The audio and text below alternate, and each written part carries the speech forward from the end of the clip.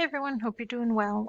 Just wanted to go over a few quick items and then go over the quiz from last week. So, week 3, we did HIPAA stuff, HIPAA privacy, HIPAA security, our written assignment. I look forward to taking a look at that. I know it's not a turn-in assignment. That's good. Actually, I did finally have a discussion with the IT staff about Turnitin this morning, and they had no answers for me. So if you're unable to see the feedback on your Turnitin assignment, let me know. They seem to think you should be able to, but our written assignment with regard to the privacy security issues from last week, and that's all we had from last week. So let's take a look at week 4.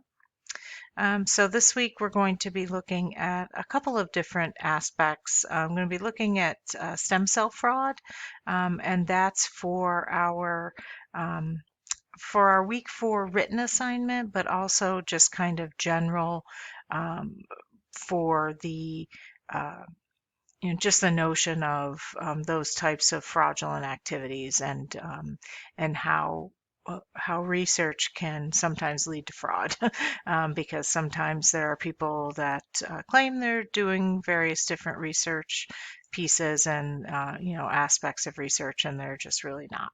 And then also we have a discussion board with regard to organ transplantation. So we have an article up here about Christian Longo, who was a death row inmate, wanted to donate his organs. And then we also have a question about the movie John Q. If you haven't seen the movie John Q, I'd suggest that you watch it. It's a good movie.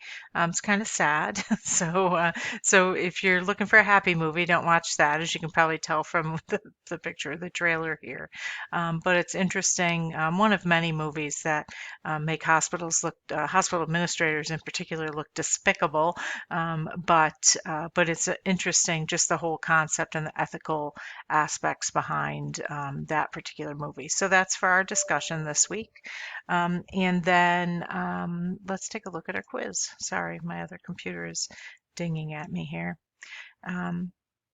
So our quiz from last week, first question, the persistent failure to conform to a medical staff rule requiring physicians to complete records promptly can be the basis for.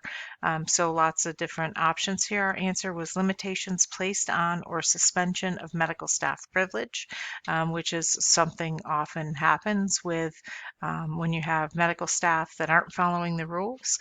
And one of those rules is making sure that they do their documentation in a timely manner, making sure they sign off on their documentation in a timely manner, etc. So we would never assure staff privileges based on that. There would be no sanctions by a planning board. Planning board does planning. So, and the department director could not complete those records. That needs to be done by the physician. So our answer there is A. Next question. Integrity and completeness of the medical record are important in reconstructing the events surrounding an alleged negligence or criminal act in the care of a patient where the medical record, and the correct answer here is all of these are correct. It can aid in police investigations. It can aid in determining cause of death. It can provide information for work comp or personal injury proceedings. So that's why it's key for the medical record to be complete, to have a high level integrity, to be kept secure and private, all of those types of things. So our answer here is all of these are correct. Next one, Health Insurance Portability and Accountability Act of 1996, also known as HIPAA, provides that.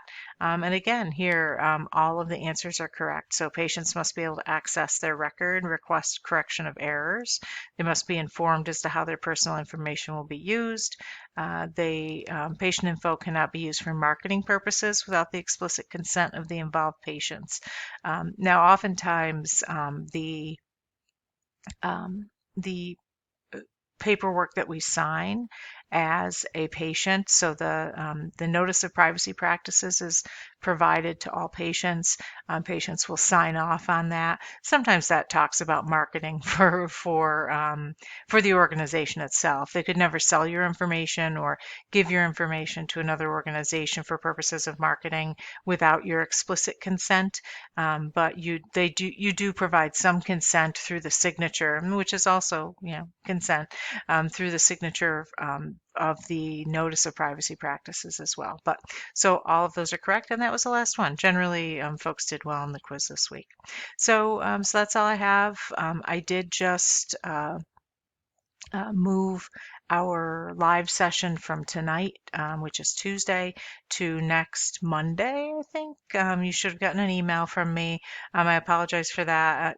Most of you have had me in class before. You know that I'm terrible at tracking these things, or even when I do track them well, I end up having some horrible disaster that occurs. So tonight I'm just tied up here and I'm unable to get to that. But I will, we will do it next Monday. And it's just a Q&A session. It's not, there's no presentations on my part or your part.